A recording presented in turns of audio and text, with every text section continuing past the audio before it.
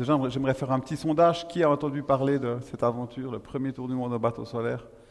Super, ça fait plaisir. Pourquoi est-ce que j'ai pris 8 ans de ma vie avec Planète Solar, qu'on a dépensé 30 millions pour aller faire un tour du monde avec un bateau solaire où on part d'un point qui était Monaco pour revenir à Monaco? Finalement, c'est totalement inutile.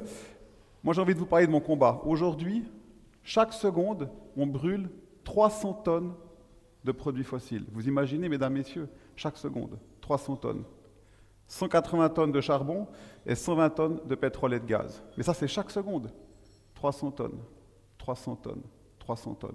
On extrait aujourd'hui plus de matières premières de notre planète que ce qu'on en extrait pour en faire des bâtiments ou la transformer cette matière première en objet.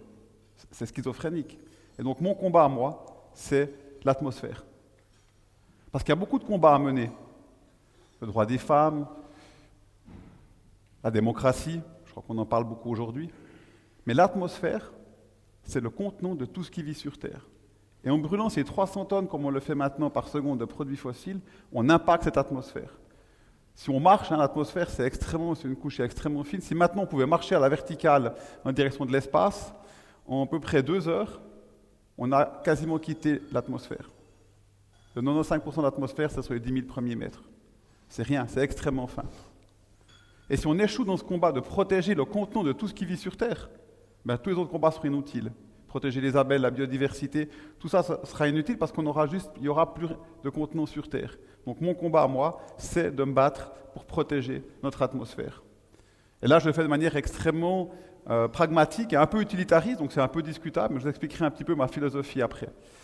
Mais on a beaucoup de chance, on est à la bonne distance de notre étoile, le Soleil, qui nous amène énormément d'énergie. Je vous rappelle qu'on consomme à peu près aujourd'hui 135, 140 trillions de kilowattheures par année sur Terre, toute l'humanité, mais le Soleil, c'est 1000 trillions de kilowattheures par jour. 140 par année, et le Soleil, 1000 trillions, ça dépend de la météo, 1000 trillions de kilowattheures par jour. Et donc si on parle en termes de potentiel d'énergie renouvelable, pourquoi l'énergie solaire? Ben là, vous voyez, c'est intéressant, c'est une étude qui a été faite par l'Université de Göteborg en Suède, qui date il y a quelques années en arrière, et ils ont regardé c'est quoi le potentiel, parce que si on veut quitter ces énergies renouvelables, la première question qu'on doit se poser, c'est est-ce qu'on a suffisamment, si on veut quitter les énergies fossiles, excusez-moi, est-ce qu'on a suffisamment d'énergie renouvelable à disposition? Parce que si ce n'est pas le cas, ben, c'était la fin de l'histoire.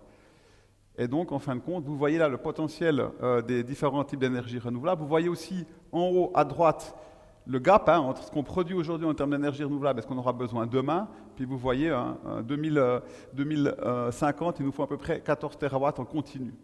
Puis vous voyez le potentiel en termes d'énergie renouvelable. Vous voyez que le vent à peu près en 2 et 4 terawatts, la géothermie 12 terawatts, la biomasse, intéressant, 5 à 7 terawatts, l'hydraulique encore à peu près 1 terawatt qu'on pourrait faire. Donc on voit que par rapport à ces 14 terawatts, on peut y arriver, mais on a juste ce qu'il nous faut. Mais vous voyez le soleil, 600 terawatts pratiques. Ce n'est pas ce qu'on reçoit du soleil, c'est ce qu'on peut faire aujourd'hui de manière pratique, avec l'énergie qu'on reçoit du soleil, mais avec aussi les matières premières qu'on a à disposition. Donc c'est l'énergie renouvelable la plus disponible sur Terre et de loin. Aussi les coûts.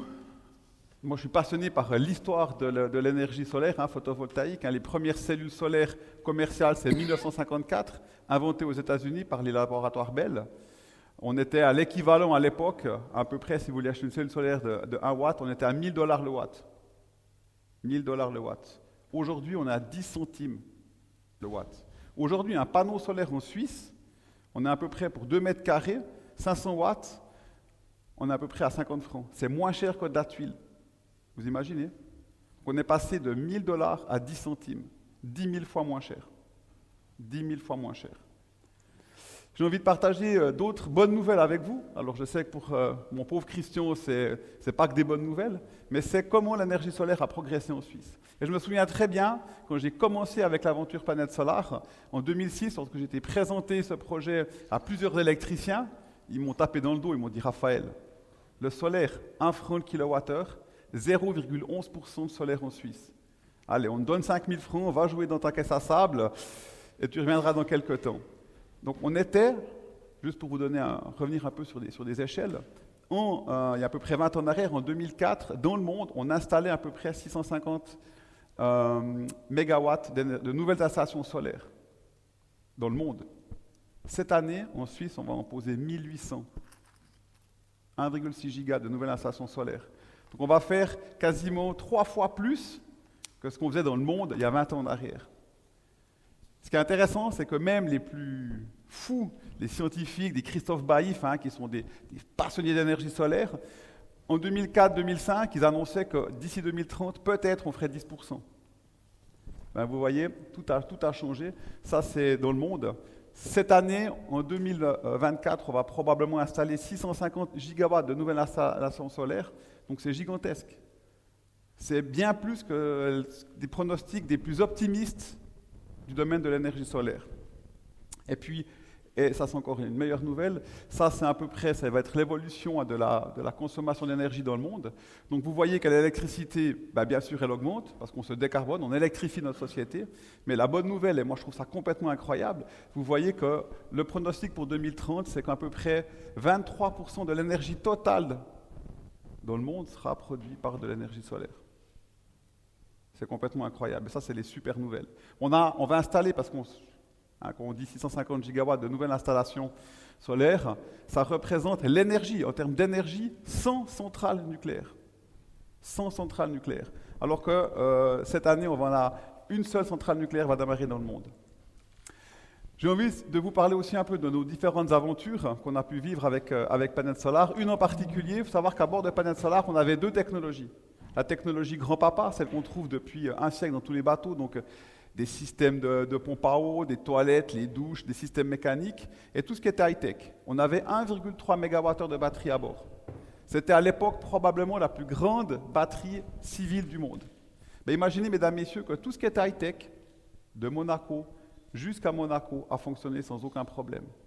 Et on n'a jamais manqué d'énergie. Par contre, les toilettes se sont bouchées, les douches ont arrêté de fonctionner, et puis on a eu un problème mécanique sur un système du pas variable qui est tombé en panne alors qu'on est en train de traverser le Pacifique. Donc sur un catamaran de 16 mètres de large, lorsque vous n'avez plus qu'une hélice qui fonctionne, vous êtes à la dérive et vous faites des ronds.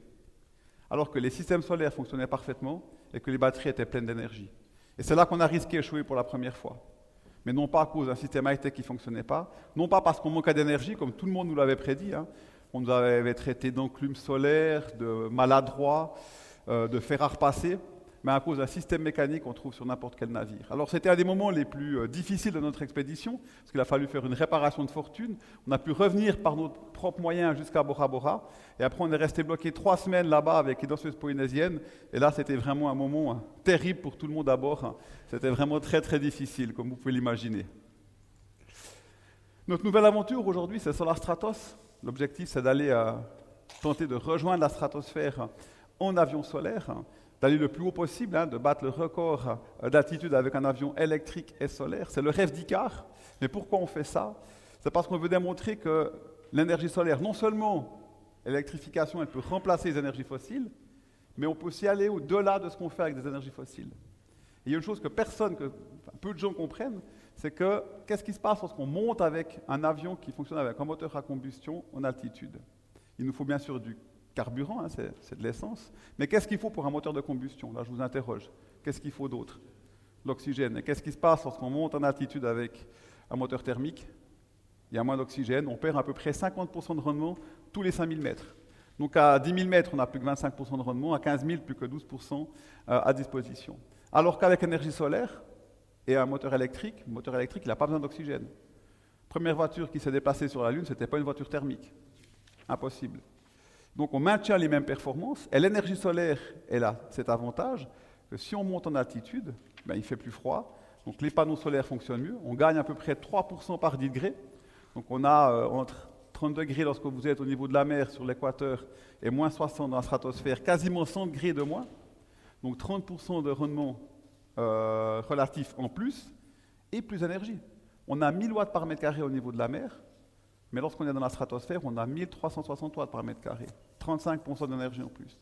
Donc plus on monte avec un avion thermique, moins on a d'énergie à disposition, alors que plus on monte avec un avion électrique et solaire, et plus on a d'énergie à disposition. Et c'est pour ça que peut-être vous avez suivi ce débat en Suisse des centrales solaires alpines qui sont critiquées. C'est dommage, parce qu'effectivement, de mettre des panneaux solaires en altitude, on le voit maintenant avec le stratus qu'on a sur le plateau, que tu constates aussi, Christian, alors il ne faut pas le faire n'importe comment, hein, ça c'est clair, il faut le faire avec intelligence comme tout, mais de mettre des panneaux solaires en altitude, et pour notre pays, on est à 40 degrés de l'équateur, c'est pas super favorable, mais on est en altitude. Et en hiver, on peut produire plus d'énergie si on met des panneaux solaires en altitude. Voilà, nous on a pour l'instant pas encore réussi, et c'est ça que j'aimerais vous parler, c'est de l'esprit de pionnier. Face à cette transition énergétique, on ne sait pas comment faire, on va faire des erreurs. Mais il faut avoir cet esprit de pionnier, il faut se dire que c'est une chance. Et c'est l'esprit de pionnier qui permet d'être innovant. Puis pour avoir cet esprit de pionnier, cet esprit d'aventure, ce qu'il faut, c'est accepter qu'on ne va pas faire tout juste. C'est accepter que peut-être on va échouer. Avec une aventure comme sur la Stratos, moi je ne suis pas sûr de réussir. Quand des sponsors ou des futurs sponsors me posent la question, alors Raphaël, tu peux nous garantir que tu vas réussir? Je leur dis, je ne peux rien vous garantir du tout, sinon je suis un menteur. Et en plus, si je vous garantis qu'on va réussir, est-ce que c'est toujours une aventure? Non. Donc cette transition énergétique, c'est une aventure.